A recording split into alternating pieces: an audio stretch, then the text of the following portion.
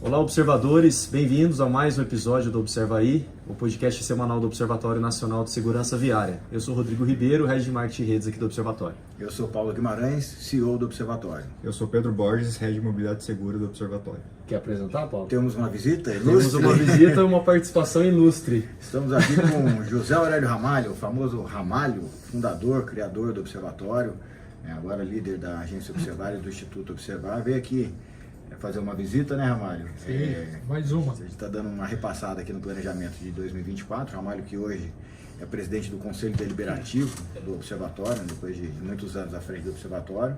Também, Ramalho, se apresenta. Bom, acho que eu sou mais conhecido que nota de 1, né? Mas de qualquer forma, eu estou aqui num momento bem interessante, agora como palpiteiro, né? Palpiteiro mor. E o Paulo e a equipe têm sido muito simpático comigo, me permitindo que eu venha aqui ainda dar os meus pitacos dentro da experiência que eu tenho já de mais de 42 anos aí de trabalho. E esse momento que a gente está vivendo hoje é bem interessante, vendo o Observatório começar a correr, né? Ou seja, eu tive a oportunidade de fazer crescer esse filho, mas ele está sempre engatinhando, com muita personalidade, mas eu acho que está na hora da gente dar um passo largo e acho que esse é o momento.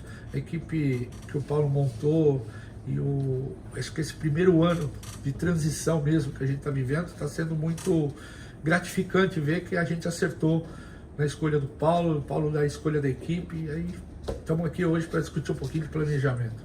É legal, e até para as pessoas entenderem um pouco, né? Eu sempre conto a história do Observatório, mas na visão de um terceiro, né? Eu olhando de longe. Agora a gente está tendo a oportunidade de ouvir a história do Observatório de dentro, na visão da primeira pessoa que foi quem criou. Eu sempre conto, Amário, que você vem já do mercado automotivo, você já tem já uma experiência em terceiro setor, né, de um centro que você presidia, né, de experimentação na área de segurança veicular, e que em determinado momento você acompanhou uma comitiva brasileira que não tinha nenhum ministro, numa reunião interministerial, que é a famosa...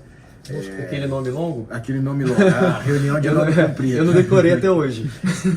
A reunião interministerial global de alto nível, com as maiores autoridades, enfim, né? De alto nível eu já comecei a ficar preocupado. O que eu estou fazendo aqui, né?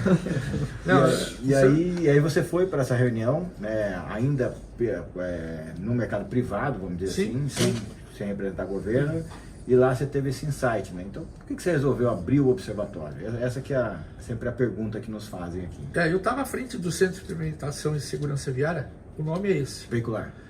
Não, Segurança Viária. Viária? Observatório, chama Centro de Experimentação e Segurança Viária. Eu sempre achei que o V fosse veicular. Não, e deveria ser, porque lá fazemos crash test, avaliação de veículos, nós criamos as tabelas do tempo, isso é curiosidade, né? Quanto tempo leva para trocar a porta de um Gol na época, né? Os carros da época, né? O Fiat, o Uno, né? Até hoje está lá esse projeto para poder alimentar as seguradoras para fazer a remuneração da troca de componentes no caso de um sinistro. Como é que eu sei que leva 3 horas, 1 hora? Então, para reparar e para substituir. Então esse é o grande trabalho que a gente fazia. Então era um trabalho técnico, sim, né, que equilibrava o mercado entre prestador e fornecedor, que é um pouco do conceito que você trouxe para o Observatório. Ele norteava, né? Ele acabava com aquela subjetividade. Então a gente, para fazer isso, Paulo, a gente fazia um crash test, batia um carro, né, e ali, a partir daquela batida, a gente faria todo esse estudo. E uma coisa que me preocupava, você nunca ouviu falar, e é legal que você me instigou a memória. Me indignava era que a gente o centro de experimentação funcionava muito bem lá, a gente nadava de braçada. E o sobrenome nosso, que era Segurança Viária, a gente fazia quase nada, ou nada. Foi aí que eu falei, poxa, precisamos enveredar para esse ambiente.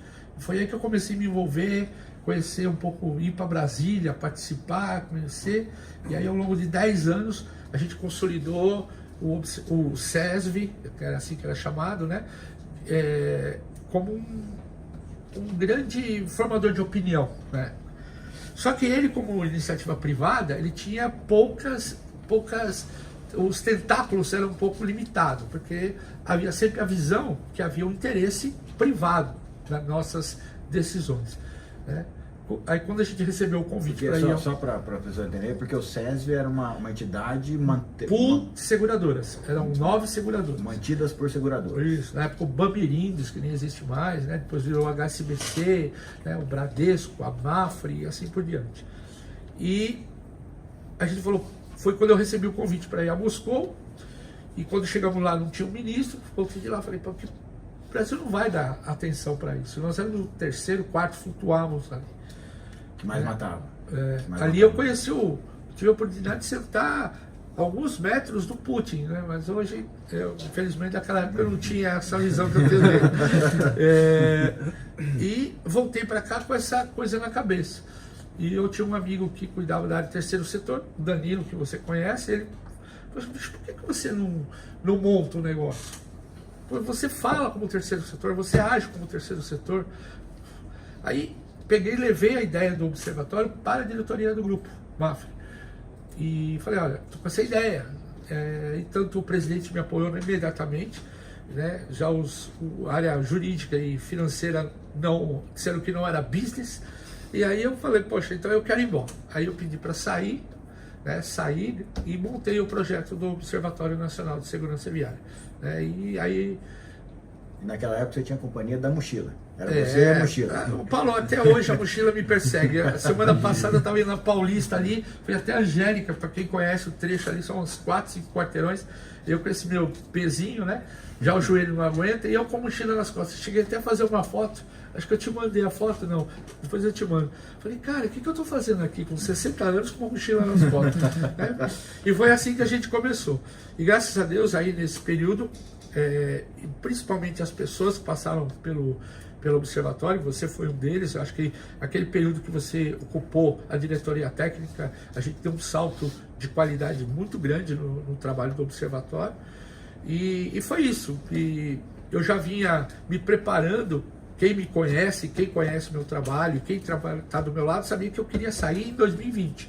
Porque o meu período era 2011 a 2020, eu queria sair com a década. Porque aí o meu trabalho foi feito. Né? Porque eu tinha montado o projeto do observatório, por curiosidade, eu tinha montado um instituto chamado Instituto Observar, que é uma coisa que eu gosto muito. Né? Nós todos, como cidadão, observamos.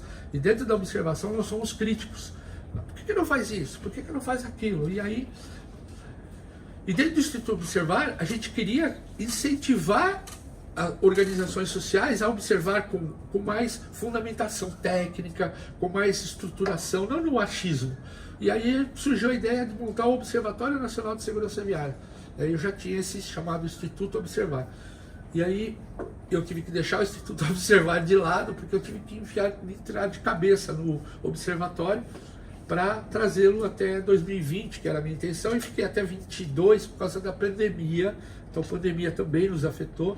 Nesse período quebramos 2 vezes, na crise de 2015, né, também, porque não é fácil sair do ambiente privado, onde você tem um orçamento sustentado por uma grande multinacional, muitas vezes uma empresa, e ir para o terceiro setor. Mas foi um grande desafio, um grande aprendizado, né, e Deus me iluminou aí de construir, pavimentar a minha vida com bons relacionamentos, e o Paulo é um deles, e aí ele aceitou. Eu não contei toda a verdade para ele. Foi uma armadilha. Ele aceitou o desafio de vir absorver aí o observatório. Ele sabia, assim, ele passou 3 anos, ele sabia tudo, mas sempre foi muito transparente. Eu acho que não tem muito mistério. Mas o desafio é pesado e é grande. Estamos aqui hoje. Ramalho, e agora, né, você está dando não essa afastada, você está mudando a sua função e as suas atribuições dentro do observatório, porque você assumiu agora a posição de presidente do conselho, você saiu do dia a dia de execução. E agora está se dedicando ao Instituto Observar, né? A gente, é um projeto muito legal, né, que tem essa função de incubar e acelerar outras ONGs, né, de acordo com as principais políticas públicas, as demandas sociais que a gente tem. Né? O Ramalho até dá uma explicação assim, olha, pegar uma ONG de cachorro, né, que cuida dos animais, de proteção dos animais.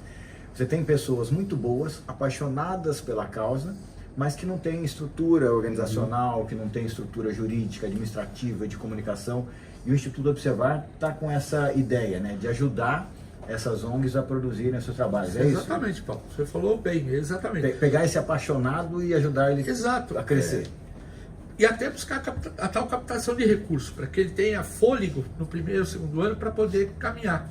Então, nós montamos dentro do Instituto Observar um hub de parceiros, a gente chamou de One Hub, onde a gente nós temos ali uma área de marketing, uma área de comunicação, uma área jurídica, uma área de captação de recursos e uma área de estratégia. Então, com profissionais com mais de 20, 30 anos, 40 anos de experiência, né? E, inclusive, uma das regras do Instituto, Paulo, é que nós temos que doar por ano, no mínimo, um projeto que a gente vai fazer a concessão do nosso serviço sem custo nenhum. Então nós vamos, por exemplo, adotar uma ONG de cachorro, por exemplo, e vamos ajudar esse cara até ele navegar e seguir a vida dele. Essas empresas e profissionais que são parceiros do Instituto Observar entregam essa monitoria. Isso, exato, essa monitoria. É óbvio que os outros serão remunerados em função do projeto. Então, quando a gente captar o recurso para o projeto, sei lá, de idosos, nós vamos captar o recurso já buscando a remuneração desse hub, entendeu? Então é assim que a roda gira. A gente consegue atender essa pessoa e remunerar os profissionais que ali estão executando a tarefa. Então, só que o desafio já começou, já vieram com o Observatório de Saúde, que eu tenho um sonho de montar, e a gente já está se reunindo com médicos, enfermeiros, a gente quer trabalhar a saúde, que nós chamamos preventivo. Se fala muito, se faz pouco, né? Pegar as boas práticas. O que está se fazendo de saúde? Por que em tal lugar morre tanto pouca gente desses tipos de doença que é muito mais... aqui eles têm esses hábitos, tal. Como que eu multiplico isso?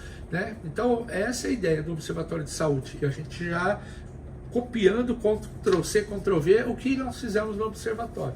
Só que dessa vez ele nasce com diretoria própria, gestão própria, conselho próprio. Eu quero distância disso, porque para mim... eu disse que ia trabalhar menos. Né?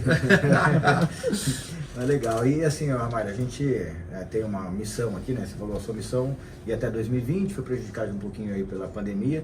E a nossa aqui, lembrando as pessoas, a gente fez uma mudança no estatuto do Observatório. O Observatório hoje ele é regido por meio de conselhos. E eu, o Rodrigo, o Pedro, toda a turma aqui faz parte de uma equipe executiva. Então a gente tem uma missão aí de entregas até 2030, acompanhando tudo que está acontecendo nesse cenário. Então eu vou pedir agora um conselheiro, na verdade é uma dica assim, o que você enxerga, Ramalho, de principais desafios, né, para passar para a gente aqui que somos da equipe executiva. Então, um exemplo, o desafio de captação de recursos, manter a entidade em pé do ponto de vista financeiro, é o maior desafio ou não? O desafio é as pessoas entenderem a importância da causa. Estou usando esses dois exemplos porque a gente vê, às vezes, as empresas colocando milhões de reais, né, num festival de rock, que nem a gente viu agora, milhões e milhões de reais, e às vezes para a gente desenvolver um projeto de pesquisa, né, o Pedro tem essa dificuldade lá, que vai mudar a vida da sociedade, a gente tem dificuldade de captar. Esse é um exemplo, ou o próprio exemplo da causa, né? A gente às vezes, e a gente já teve experiências de fazer aquelas vaquinhas virtuais, por exemplo, e uma vaquinha virtual para salvar a vida de um cachorro, às vezes consegue muito mais arrecadação do que salvar a vida de uma pessoa no trânsito. Então, assim, o que você enxerga de toda essa sua experiência? Qual que é o principal desafio dessas entidades e do observatório daqui para frente? Com o que a gente tem que se preocupar aqui na equipe executiva? Eu acho que o grande foco são duas respostas, então. Primeiro, do observatório. Eu acho que o observatório hoje vive um momento muito bom, né, porque já existe uma consolidação da sua importância, da sua credibilidade, da sua independência. Só que você parece que pegou a parte mais difícil, que é a manutenção disso, né? Porque chegar é difícil pra caramba, mas se manter lá em cima aí o bicho pega, porque a musculatura, né, de você manter você faz exercício, você sabe disso. Fazer o exercício, chegar no up, tá legal, mas se manter ali, haja fôlego. Então é mais ou menos isso que está acontecendo agora. Então eu acho que do ponto de vista do observatório, o grande investimento que nós temos que investir é pesquisa e desenvolvimento, né? E inovação, como você está chamando agora. Então esse é o grande foco. Nós temos que investir, quando falo investir, é contratação de gente, mas tudo estruturado em cima de um planejamento, como a gente reviu hoje pela manhã aqui, aproveitando que eu vim aqui, o Paulo me pegou para gravar com o Observa aí, mas a gente tem feito isso. Foi uma armadilha, isso foi uma armadilha. E do ponto, aquela outra tua pergunta, por que as empresas não investem, né? Existe uma falta de cultura nossa mesmo, né? De percepção do valor, né? Não do preço, do valor, né? O valor que é fazer um projeto como nós fizemos, o próprio Maio Amarelo, né? Qual que é o valor dele, né? O valor dele é levar a discussão para a sociedade. Hoje se fala de trânsito. Hoje, com observatório, sem observatório, o Maio Amarelo eu duvido que termine, porque as pessoas vão falar dele, vão discutir, como tem o Outubro Rosa, então já se consolidou, né? Mas, muitas vezes, o ambiente empresarial, ele vê no Maio Amarelo também uma questão do marketing, de imagem. Ele associa a imagem num projeto que está dando muito retorno de imagem, que não foi no primeiro ano. 2014 a 2016 foi um perereco para a gente manter o Maio Amarelo em pé. Do outro ponto de vista, já existem grandes empresas, né, e a gente pode citar inclusive os nossos mantenedores, que já identificam no observatório o valor, né, que essas marcas que estão aqui tem sido fundamental para a gente dar o próximo passo. Já consegue enxergar aqui, né, que ele tem que investir sim lá no show de rock, né, porque a marca dele tem que estar junto ao público e isso tem valor. Né? Mas também ele pode e deve continuar investindo em causas sociais, como é a questão do trânsito. Né? E é isso, eu acho que é um grande desafio os próximos anos. Mas com esse planejamento que a gente viu aqui hoje, eu fiquei impressionado, Paulo, como você desenhou com a tua equipe aí. Eu acho que tem uma estrutura bem interessante, né, que a gente vai poder avançar nos próximos anos. É legal, e assim, falando de planejamento, né, para as pessoas entenderem como é que funciona o observatório, a gente já está pensando, já faz um tempo que a gente está pensando no ano que vem já, mas agora a gente consolida isso em planejamento mesmo, com cronogramas, com os investimentos, as pessoas, apresenta isso para o nosso conselho de mantenedores, que é o conselho consultivo, que vai acontecer agora em novembro, e valida isso no conselho deliberativo em dezembro, para a gente poder exercer o orçamento e o planejamento no ano que vem. Então, isso é uma coisa que cada vez mais a gente tem colocado de forma mais transparente para as pessoas também entenderem como é que funciona o observatório e saber que tem todo esse trabalho aqui e a gente não está tirando coelho da cartola, né? Tem algumas coisas, alguns posicionamentos que acho que a gente já pode adiantar aqui, né, para quem estiver escutando. A gente vai trabalhar com 2 focos principais no ano que vem, moto e velocidade. São 2 fatores de risco e grupos de veículos e vítimas que a gente precisa tratar, são os mais prioritários. Tem um monte de coisa para fazer, mas o mais prioritário é isso. Então a gente vai desdobrar todas as ações. A gente reviu, né, Ramalho, eu te apresentei agora há pouco, o observatório tinha os eixos de atuação lá atrás, né, que eram definidos, né, dados, informação, estudos e pesquisa, comunicação e advocacy. Então a gente deu uma reformulada também nesses eixos de atuação. Hoje a gente vai trabalhar com PDI, que é Pesquisa, Desenvolvimento e Inovação, vai trabalhar com Impacto Social e Advocacy. Né? Esses são os 3 principais eixos de trabalho. Então é uma matriz, eu tenho moto e velocidade com esses 3 eixos de trabalho e a partir dali a gente vai derivar todos os nossos programas e projetos. Então, sim senhor. Tem uma pergunta, não sei se o Paulo ou o Ramalho, os dois, enfim, a gente falou muito de início, né, um pouco do histórico do observatório, agora a gente falou bastante aí do futuro, e até aproveitando um dos eixos, né, agora do observatório, que é o impacto social. Até para quem está nos ouvindo, qual é o impacto social hoje do observatório? O que o observatório faz hoje que impacta na sociedade? Ramalho? Bom, o Maio Amarelo já é um fato, né? Acho que de impacto, o melhor exemplo de todos, disparado, é o Maio Amarelo. Né? Depois a gente já tem hoje o próprio Laço Amarelo, né? Que a gente já está bem avançado com ele, é um projeto que a gente encontrou para perpetuar o Maio Amarelo, ou seja, é um Maio Amarelo o ano inteiro. Já que todo mundo falava, o Maio Amarelo eu tenho que fazer o Maio Amarelo o ano inteiro, criamos o Laço Amarelo, né? Tanto que a gente tem novidades aí pro ano que vem. O Paulo tá falando, não vou dar spoiler, né? E a gente isso não pode. Não pode dar spoiler, mas eu acho que vocês vão gostar muito, né? Então o ano que vem tem novidades aí pro público do Laço Amarelo. Né? Os próprios estudos e pesquisas, né? A gente já fez estudos e pesquisas interessantíssimos, né? A gente chegou a comentar do que a gente fez há 2 anos atrás, dos DETRANS, né? que mostrava exatamente se os DETRANs cumpriam aquilo que determina a resolução, a lei, nada mais do que isso. Inclusive fomos muito solidários, levamos até os DETRANs, falamos, ó, essa é a fotografia hoje, você tem 90 dias para você avaliar e até mudar a sua foto, né? E depois nós publicamos isso, saiu no Estadão e tal, e nós pretendemos, por exemplo, refazer essa pesquisa agora. Então, é uma entrega para a sociedade, ou seja, se existe uma resolução, uma lei que o poder público tem que executar, e ele não está executando, cabe a nós, como sociedade civil organizada, solicitar, ou que seja executado, que se transforme essa lei, modifique essa resolução. Então, acho que esses são fatos concretos de entregas aí que o Observatório tem feito. Legal. E acho que desse assunto, acho que foi bem esclarecedor, né? Eu agradecer ao Ramalho pela participação. E acho que a gente já podia entrar na agenda da semana, porque semana que vem tem Semana Nacional de Trânsito. Isso. O Observatório, mais um ano, tem disponibilizado todos os materiais para disseminar essa cultura. A gente brinca que... Brinca não, é verdade. A Semana Nacional de Trânsito sempre foi de órgão público para usuário final, lá para o motorista principalmente, né? E o que a gente está conseguindo fazer é colocar a Semana Nacional de Trânsito em todas as esferas da sociedade. Então, o estímulo às empresas a utilizarem o material e tal faz parte desse conceito. Então, a gente tem aí a abertura, que vai acontecer pelos órgãos oficiais e tal, mas a gente tem uma ação nossa do Observatório, em linha com o que a gente falou dos fatores de risco e tal, porque na semana que vem a gente vai ter aqui no Parque Tecnológico, promovido pelo Observatório junto com o Parque Tecnológico, em parceria com a Yamaha, né, e a Abraciclo também parceira e mantenedora do Observatório, a gente vai ter um curso de pilotagem que vai acontecer aqui para os residentes e o pessoal do campus do Parque Tecnológico, a gente tem as faculdades e tal. É um curso teórico de pilotagem, na terça-feira, né, são duas turmas. Terça-feira. Às 9 e às 15? Às 9 às 15. Às 9 às 15.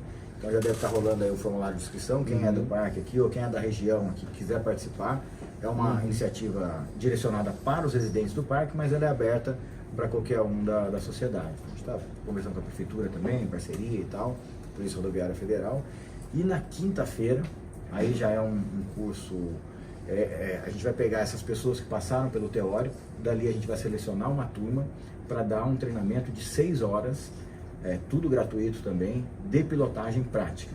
Show! Então, a gente vai montar um circuito aqui dentro do Parque Tecnológico, as pessoas vão poder exercitar ali frenagem, enfim, fazer todo o processo. Então essa é uma das ações do Observatório para a Semana Nacional de Trânsito. Isso, e aí logo após a Semana Nacional de Trânsito, a gente já está com inscrições abertas para o webinar.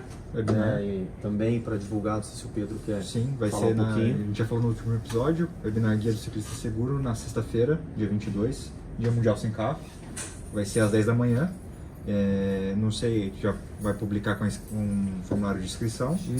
E o Alan da Abraciclo vai apresentar o conteúdo do Guia do Ciclista Seguro, que é a segunda edição, que saiu no mês passado.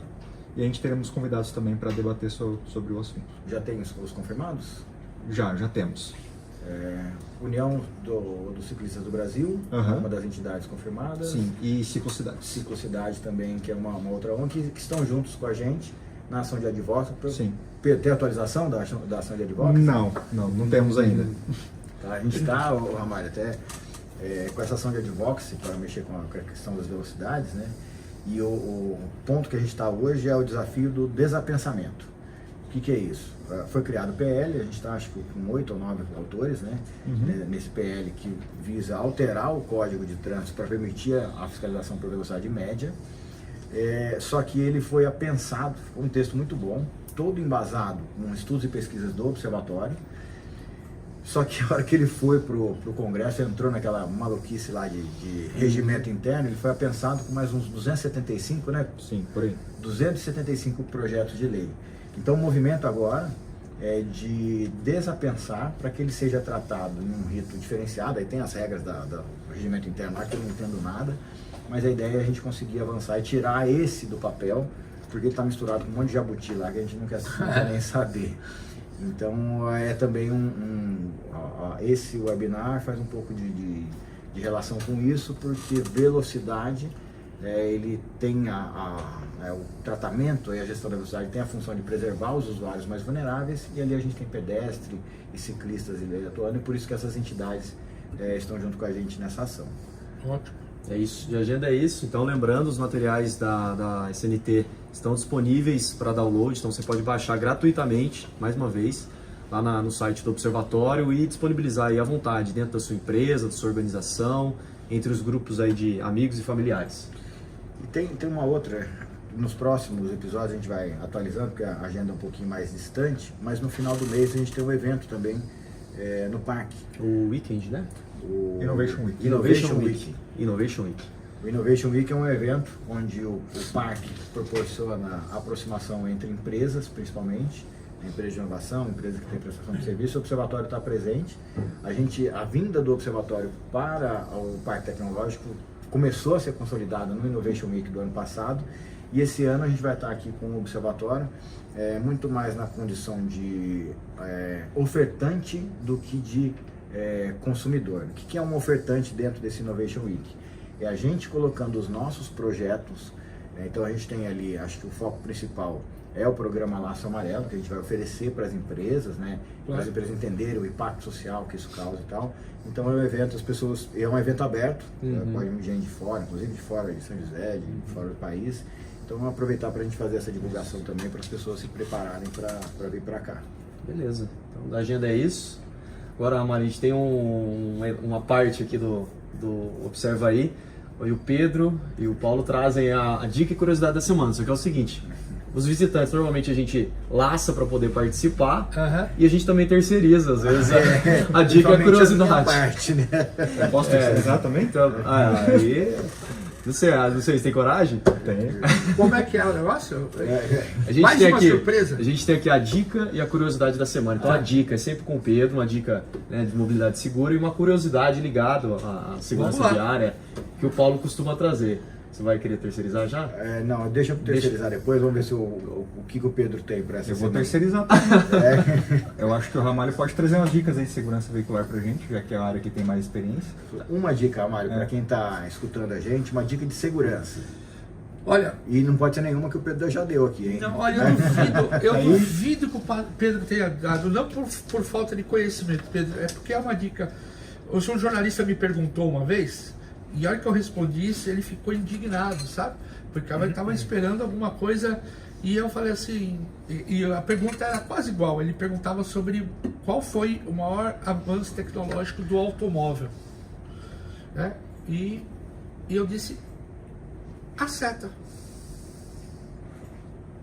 Olha que louco. Hã? Quem nunca, quase, ou aconteceu uma ocorrência por falta da tal seta. A seta é a comunicação no trânsito. É o nosso podcast lá no trânsito. Se eu não falar o que eu vou fazer, ninguém sabe.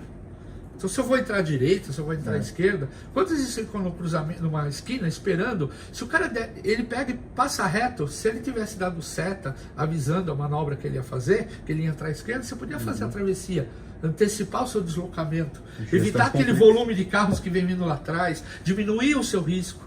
E quantas discussões não são geradas por causa da uma... seta. A seta é uma coisa simples, né? Ela tá lá no carro, é para usar à vontade, entendeu? Não custa, entendeu? Se fosse alguma coisa ligada ao combustível, né? Não afeta o meio ambiente, olha que maravilha.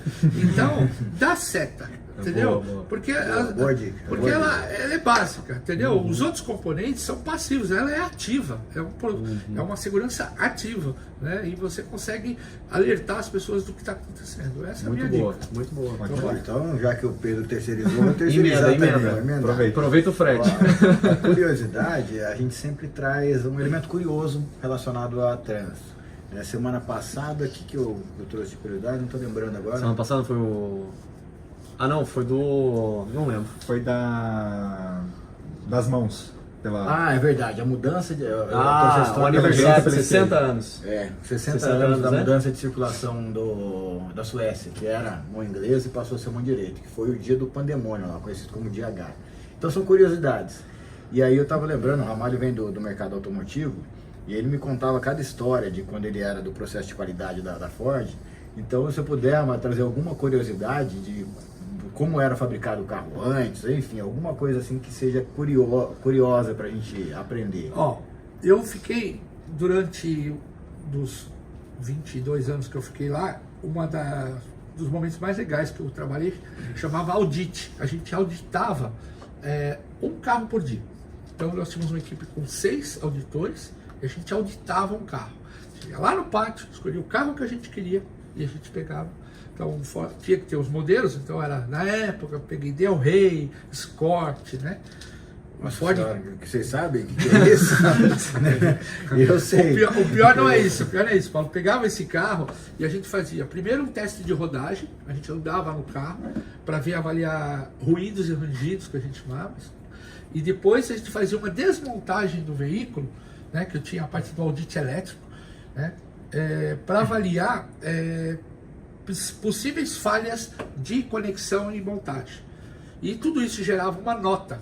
E no final, às 2 da tarde, todo dia, o presidente da Ford, lá, o diretor da planta da Ford, né, descia para esse audit com diretores de engenharia, diretores de qualidade, entendeu? E de compras, porque às vezes era um fornecedor que fornecia e a gente avaliava o carro. Então ali a gente inclusive avaliava riscos, avarias, até porque eu estava olhando o carro do ponto de vista de um consumidor que conhecesse muito bem o processo. E para você entender a seriedade disso, a gente tinha um negócio, uma vez cada 4 anos, a gente tinha um alinhamento de auditores do mundo inteiro. Vinha auditor da Alemanha, ou às vezes a gente ia dos Estados Unidos, porque a gente comparava as plantas da Ford, qual planta estava produzindo o carro com melhor qualidade. Então eu precisava ter o mesmo critério de avaliação do Pedro, que era o auditor da Alemanha. E o Brasil sempre teve um destaque muito grande, muito bem colocado entre os primeiros de melhor avaliação. Mas a curiosidade é a seguinte: naquele teste de rodagem, a gente às vezes encontrava um ruído no carro, né? Vocês usavam equipamentos de última A geração. última geração. Naquela época, vou detectar o ruído do Del Rey. A gente saía primeiro sozinho e fazia um trajeto que a gente tinha de paralelepípedo, curva, declive, blá, blá, blá. E se a gente detectasse o ruído, a gente já combinava por rádio, porque não tinha celular naquela época, era rádio. Olha, vamos parar na praça tal. Tinha uma praça lá que tinha sombra, a gente parava os carros. Aí eu ia junto, por exemplo, com o Pedro, né? O Rodrigo, a gente... São Bernardo, isso. São Bernardo. A gente ia junto no carro. Por quê? Enquanto um dirigia, o outro ficava próximo ao local do ruído para avaliar. E às vezes o ruído era lá no porta-mala. A gente botava, hoje politicamente incorreto. E esse fato vale a pena contar, Paulo. Cheguei lá, imagina a cena hoje, né? Eu e o Pedro dirigindo. Aí o Pedro, o Ramalho vai lá no porta-mala, olha o meu tamanho. Eu pegava e entrava no porta-mala, o Pedro saía fazendo circuito. Mas não tinha uma ação de inclusão lá para contratar não para não, isso? Olha só o sacrifício. E aí a hora que o Pedro sai com o carro, vira 2 curvas, o Pedro para, mas para assim, ele freia, quase me mata lá atrás. E você estava dentro do porta-mala. Estava no porta-mala. E aí, o que aconteceu? Eu só escutava o Pedro falar assim: não se mexe, não se mexe, não se mexe. Aí ele abre o porta-mala, tava 2 caras com um fuzil, assim, com arma, apontando para mim. Era a polícia. Porque lá, a hora que ele me pôs no porta-mala, uma mulher viu, ligou para a polícia e achou que era um sequestro. Entendeu? Então, as coisas hilárias e a tecnologia, né? Isso era tudo para entregar um carro com melhor qualidade para o cliente, para o consumidor. Então, e aquele ruído, às vezes, é proveniente de um chicote, do cabo, batendo na bateria. Então, ali está aí a ideia, por exemplo, de isolar com uma espuma. Se você abrir um carro, eu não sei como é hoje, mas naquela época, era muita espuma, isolantes, para você evitar ruído no carro. Entendeu? Então... essa é um pouco da curiosidade. O robô de hoje foi uma pessoa no porta-mala de antigamente. Hoje eu poderia... hoje não seria politicamente correto colocar alguém no porta-mala, de jeito nenhum. É isso. Legal. Show de bola, show de bola. Bom, chegamos ao fim aqui de mais um episódio. Queria deixar o Ramalho para as considerações finais e te agradecer já pela participação. Eu agradeço, Rodrigo, e não posso deixar, Paulo, de agradecer os nossos mantenedores que têm me ouvido, a gente tem frequentado esses ambientes, a gente fez uma rodada recentemente E eles têm sido fundamentais aí, né? Inclusive trazendo ideias, propostas para a gente desenvolver. E o principal, a gente está conseguindo colocar eles para se falarem. Então, algumas ideias de um para o outro estão fazendo negócio entre si. Isso também é muito bacana. Boas práticas. Essa ideia que você realizou primeiro, que a gente fez dentro da sede da Uber, né? Com todos, eles puderam ver a experiência também lá. A próxima vai ser aqui, mas a próxima pode ser na Vibra, na Ipiranga. Ou seja, sempre a ideia é levá-los para conhecer essas práticas, né? E eu estou muito feliz com o momento que nós estamos vivendo, né? Essa ideia de revisitar o ambiente dos observadores, dos núcleos. Eu acho que esse vai ser um grande diferencial para o observatório a partir do ano que vem, tá bom? Obrigado pelo convite e pelo susto de participar. Show de bola. Sempre que estiver aqui vai participar. Tá bom. preparado. Vou evitar de vir. Então, aproveitando o gancho aqui do Ramalho, agradecer aos nossos mantenedores sociais, a Abraciclo, a Anfávia, a CNT, SESC Senat, ITL, a Go Plus, a Gringo, a iFood, a Ipiranga, Mobilidade Estadão, Raizen, Uber, a Veloy e a Vibra. Aos mais de 450 observadores certificados, a todas as empresas, prefeituras e entidades do Laço Amarelo, as que aderiram ao Educa e a todas as instituições que mantêm cooperações técnicas aqui com o Observatório. Valeu, pessoal. Até a próxima. Valeu. Tchau, galera. Tchau, Até a próxima. pessoal. Tchau, tchau.